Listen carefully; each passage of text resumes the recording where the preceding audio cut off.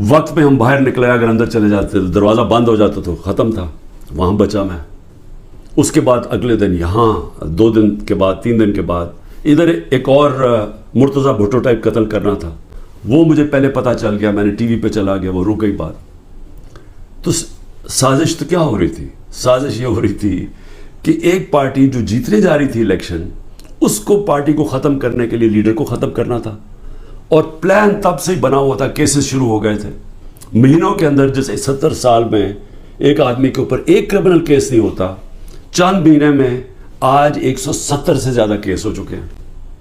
یہ یعنی کون سا انصاف کا تقاضا ہے کہ ہر قسم کا, جو ہر دوسرے دن کوئی نیا کیس ہو جاتا ہے, سارا میرا وقت ایک عدالت سے دوسری عدالت میں لگتا ہے. تو یہ کون سا, یہ ملک کی بہتری کے لیے ہو رہا ہے کہ ایک پارٹی, سب سے بڑی پارٹی کو باہر رکھنا, اس سے بڑی سازش کیا ہے؟ جمہوریت, سب سے بڑی پارٹی کو ختم کرنے کا مطلب جمہوریت ختم کرنا, اور جمہوریت ختم کرنے کا مطلب آزادی ختم کرنا ہے. تو یہ کیا ملک کے خلاف سازش نہیں ہے؟ اور پھر جو 9 مئی کو ہوا, اب آئی ایس پی آر صاحب کہہ رہے ہیں کہ جناب 9 مئی کو جو ہوا ہے وہ ایک بڑی سازش چلتی آ رہی تھی, تو وہ سازش سامنے آئی, بغاوت. مجھے یہ بتائیں کہ میں جب یہاں سے, مجھے پتا تھا پکڑنا انہوں نے مجھے 9 مئی کو, میں اس سے پہلے ویڈیو ریکارڈ کر کے گیا کہ اگر مجھے پکڑنا ہے مجھے وارنٹ دے دیں اور میں آرام سے اپنے آپ کو آپ کے حوالے کر دوں گا. کوئی ضرورت نہیں ہے کہ یہ جو میرے گھر کے باہر ہوا کہ پولیس, 1000 پولیس اور رینجرز اٹیک کر رہے ہیں. سب کے سامنے جو ہوا کہ رینجرز بھی نہیں بلکہ وہ کمانڈوز تھے, انہوں نے اٹیک کیا, شیشے توڑے, عملہ جو بیٹھا ہوا تھا رجسٹری آفس کا اسلام آباد ہائی کورٹ, اس کو مارا, وکیلوں کو مارا, مجھے لگا ڈنڈا, مجھے اس طرح لے کے گئے جس طرح کوئی دہشت گرد ہے, غیر قانونی طور پہ مجھے پکڑا. کیا یہ بھی سازش کا حصہ تھا؟ کیونکہ اس کی وجہ سے اشتعال آنا تھا لوگوں کو, اور ہمارا موقف یہ ہے کہ اس کو استعمال کر کے ایک پورا کریک ڈاؤن کیا گیا جو پہلے سے پلان تھا. ہو ہی نہیں سکتا کہ 2 دنوں کے اندر آپ 10,000 لوگوں کو جیلوں میں ڈال دیں پکڑ کے, جب سے پہلے سے پلان نہیں بنا ہوا تھا. اور اس کے بعد جو بھی چیزیں ہو رہی ہیں کہ جو پی ٹی آئی کا ہے اس کو پکڑ لیتے ہیں, جیلوں میں ڈال دیتے ہیں, بری طرح رکھا جا رہا ہے, تشدد کیا جا رہا ہے, کسٹوڈیل ٹارچر کی جا رہی ہے, اور جو ہاتھ کھڑا کر کے کہتا ہے جی میں تحریک انصاف چھوڑ رہا ہوں, سب کچھ معاف. تو میرا اب سوال یہ ہے کہ آئی ایس پی آر کا یہ موقف ہے کہ فوج کے خلاف بغاوت ہے, ہمارا یہ موقف ہے کہ یہ ہمارے خلاف پوری سازش ہوئی پارٹی کو ختم کرنے کی تاکہ وہ الیکشن نہ لڑ سکے اور عمران خان کو الیکشن سے باہر کیا جائے. یہ 170 کیسز اس لیے کہ کسی طرح ڈسکوالیفائی کرو یا جیل میں ڈالو. اور یہ ملٹری کورٹس بھی میری نظر میں اس لیے ہیں کیونکہ سول کورٹس کے اندر یہ جو سارے کیسز ہیں یہ کبھی چل سکتے ہی نہیں ہیں کیونکہ بوگس کیسز ہیں. تو اس لیے ملٹری کورٹس بنائے جا رہے ہیں تاکہ اس میں عمران خان کو سزا دی جائے, تاکہ وہ الیکشن سے باہر ہو جائے. تو میں آج اپنی ملٹری اسٹیبلشمنٹ کو کہنا چاہتا ہوں کہ دیکھیں, انصاف کا تقاضا تو یہ ہے کہ آئی ایس پی آر نے تو فیصلہ کر کے ہمیں دے دیا, اور جو بھی بیان آتے ہیں اسٹیبلشمنٹ سے اس سے واضح ہوتا ہے کہ ہم ہی بغاوت کر رہے ہیں, پی ٹی آئی اور عمران خان. آپ نے تو اپنا مائنڈ دے دیا ہے. تو اب سوال یہ ہے کہ آپ ملٹری کورٹس میں آپ کیسے فیصلہ کر سکتے ہیں, کیونکہ جج, جوری اور ایکسیکیوشن تو آپ بن ہی نہیں سکتے. وہ تو انصاف ہوتا ہی نہیں ہے. انصاف تو وہ ہوتا ہے کہ میرا موقف ہے اور ایک اسٹیبلشمنٹ کا موقف ہے, بیچ میں تو کوئی جج بیٹھ کے فیصلہ کرتا ہے نا کہ کون ٹھیک کہہ رہا ہے. مجھے موقع دیا جائے, میں انشاءاللہ ثابت کروں گا. میرے پاس تو اب آہستہ آہستہ ثبوت آیا نا کہ یہ پورا پلان کر کے 9 مئی کو انتشار کیا گیا ہے. یہ جو جگہیں جلائی گئی ہیں یہ پلان ہوا تھا پہلے سے.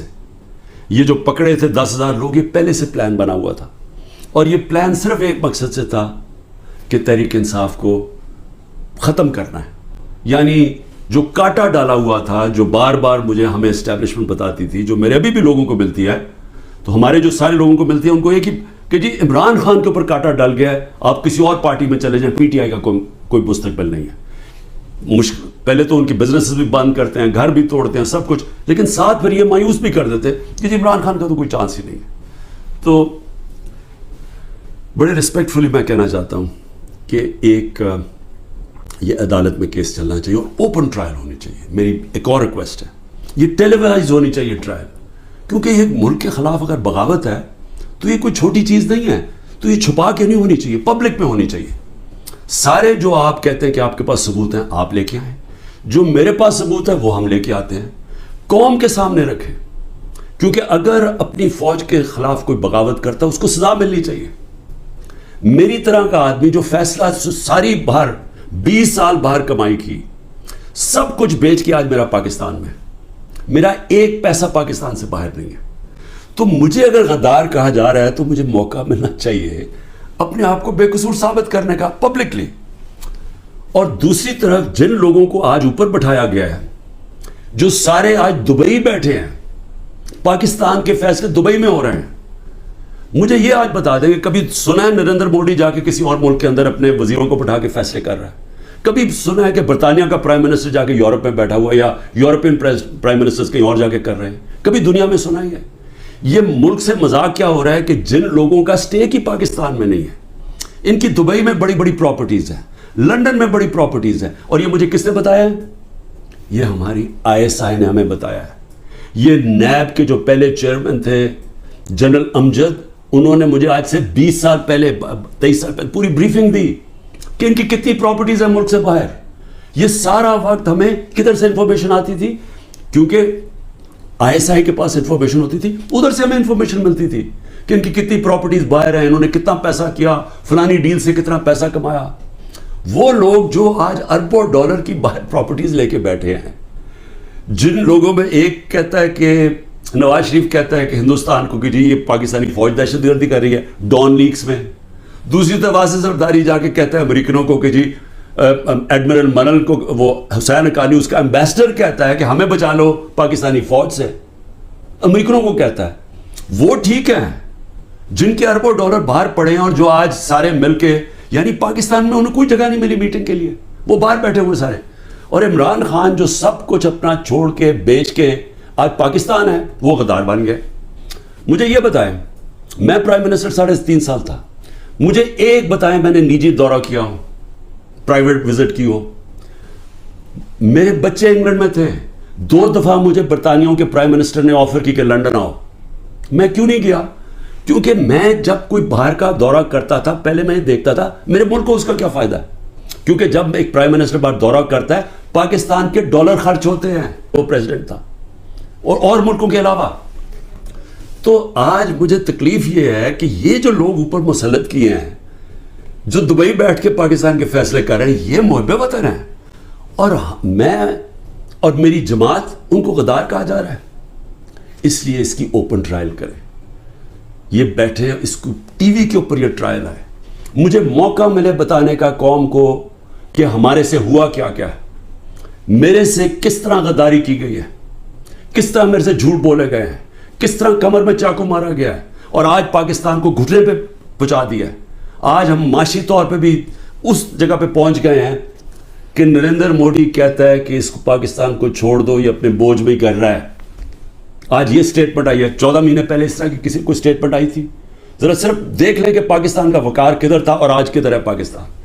جتنی انہوں نے خدمت کی امریکہ کی, یہ فورن منسٹر نے اچھی اچھی انگریزی بول کے اور پتہ نہیں اربوں روپے کے دورے کر کے, اور اوپر سے شہباز شریف سارا وقت دورے کر رہا ہے باہر.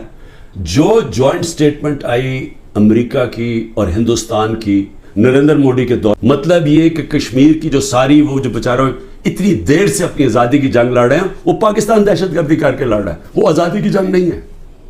یہ اتنا برا ہمارے اوپر انہوں نے, جو اب میں کیا کہوں کہ جس طرح کا انہوں نے پاکستان کے اوپر تماچا مارا ہے, اور یہاں سے کوئی جواب نہیں آئے گا کیونکہ ان کے پیسے باہر پڑے ہیں, اور ان کو پتہ ہے ان کے پیسے باہر پڑے ہیں, یہ کبھی نہیں بولیں گے. لیکن مجھے اس سے زیادہ خطرہ ہے, اور میں اس لیے بھی اپنی اسٹیبلشمنٹ کو پیغام دینا چاہتا ہوں کہ دیکھیں, میں ایک تاریخ کا طالب علم ہوں. یہ جو انڈیا کا اور اب امریکہ کا جو جوائنٹ ڈیکلریشن آئی اور جو سمجھوتا ہوا ہے ڈیفنس میں, نیوکلیئر میں, آج ہندوستان جس طرح نریندر مودی نے تکبر میں باتیں کی ہیں, آج وہ ہمارے سے اپنے آپ کو بہت طاقتور اب سمجھتے ہیں. اور جب انہوں نے کہا نا کہ اپنے بوجھ میں گر رہا ہے, وہ اپنے بوجھ میں گرنے نہیں دیں گے, وہ گرائیں گے. ہمیشہ جنگیں تب لڑی جاتی ہیں جب ایک فریق سمجھتا ہے کہ وہ دوسرے سے بہت زیادہ طاقتور ہے. روس جب یوکرین میں گیا تو یوکرین کا نیوکلیر پروگرام ختم ہو چکا تھا اور روس سمجھتا تھا ان سے بہت بڑا طاقتور ہے. امریکہ عراق میں اور افغانستان میں اس لیے گیا کہ وہ بہت طاقتور تھا ان سے. تو جب ہندوستان یہ سمجھنا شروع ہو گیا کہ وہ پاکستان سے بڑا طاقتور ہے, ہماری خطرے کی گھنٹی بجنی چاہیے, ملک کو متحد ہونا چاہیے, ملک کو آزاد رکھنے کے لیے قوم کو اکٹھا ہونا چاہیے. یہ نہیں ہونا چاہیے کہ ملک کی اسٹیبلشمنٹ ملک کی سب سے بڑی پارٹی خلاف کر لے. یہ ملک کو نقصان ہے. ہماری پھر سے اکانومی بیٹھ چکی ہے, ان کے پاس کوئی حل نہیں ہے. جو جس طرف ہم جا رہے ہیں, جو یہ کوشش کرنے جا رہے ہیں کھچڑی پک جائے پولیٹیکل انجینئرنگ سے, وہ اور ملک کمزور ہونے والا ہے. میں اس لیے پھر سے کہتا ہوں کہ آخر میں اپنے جو فیصلہ کرنے والے لوگ ہیں, جو طاقتور لوگ ہیں, اس وقت پاکستان کو ایک ہی راستہ ہے, صاف اور شفاف الیکشن. لوگوں کو امید صرف تب آئے گی, امید ختم ہو چکی ہے. نوجوان جو چھوڑ کے ملک کو جا رہے ہیں, پروفیشنلز جو ملک کو چھوڑ کے جا رہے ہیں, جو غریب لوگ کشتیوں میں ڈوب رہے ہیں باہر ملک سے نکلنے کے لیے, ان کو امید چاہیے. اور کسی چیز سے امید نہیں آنے لگی سوائے ایک چیز سے, صاف اور شفاف الیکشن. پاکستان پائندہ باد.